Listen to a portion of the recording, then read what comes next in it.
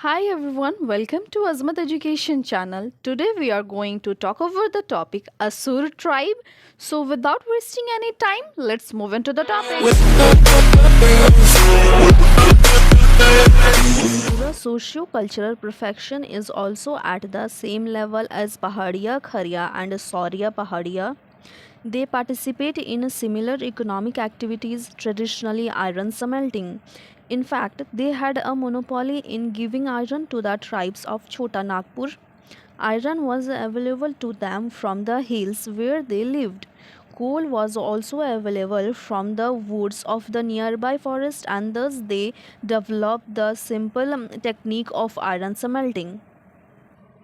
But in the last 60 years, due to many social, economic, and administrative reasons, these people have left this ancient profession.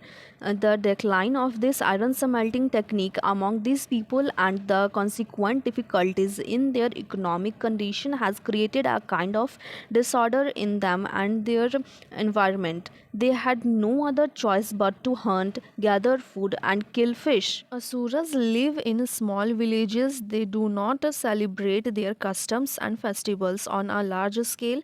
They barely feed themselves, and this is having an impact on their population.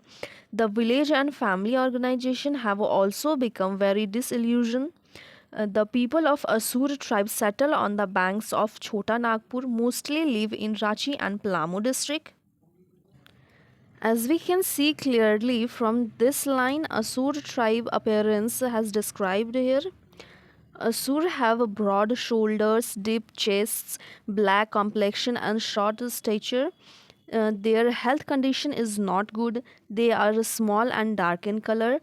Their hair is very short and thin. Their houses are made of mud and the roof is made of grass. Ashuras do not use much clothes because the heat there is more. The women of the rich households use a dhoti and the man tie a dhoti from the waist to the knee or a little below it.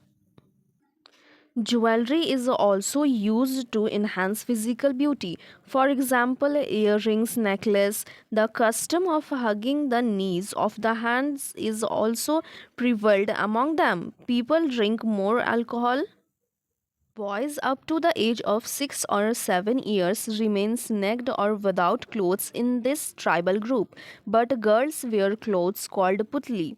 The Ashuras subsist by agriculture, hunting of fish and wild animals. Remuneration is given in the form of goods and not in the form of money.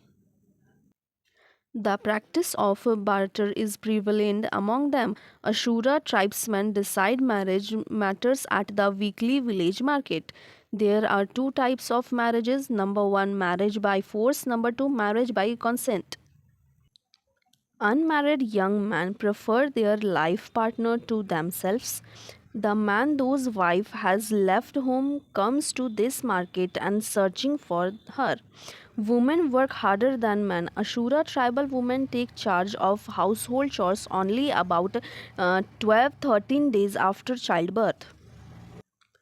Under this tribe, the elderly people of the village teach all kinds of customs to the youth. Elderly people teach how to respect family members and members in kilsis.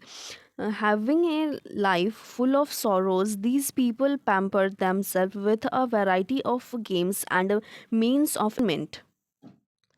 Do you think this video is helping you? If yes, then like the video and subscribe our Azmat Education channel for more such informative videos. Okay, then let's move into the topic.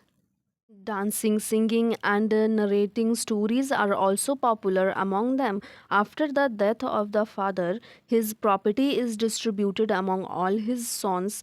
No one can use that property as per his will. He has no right to sell the land. Each village of the Asuras is divided into a few forts. All the forts are under one kili. Officers have been appointed for the purpose. These people worship totem and their entire society is divided into gotras. These tribes consider their relation to any animal or bird or any tree plant. Sagotra marriage and intermarriage between persons adhering to a totem is not recognized among Asuras. In this, the clan goes by the name of boys at the time of Asuras. Girls are not given any property rights. Asuras also recognized polygamous marriages. It is forbidden to marry the daughters of one's kin. The more wives a man has, the more respect he has in the society. If there is a desire to get married, then the conversation is done by the angels. This angel is sent by the parents to the girl's house, but sometimes if the boy wants to marry as per his wish, the parents also give permission to such a marriage.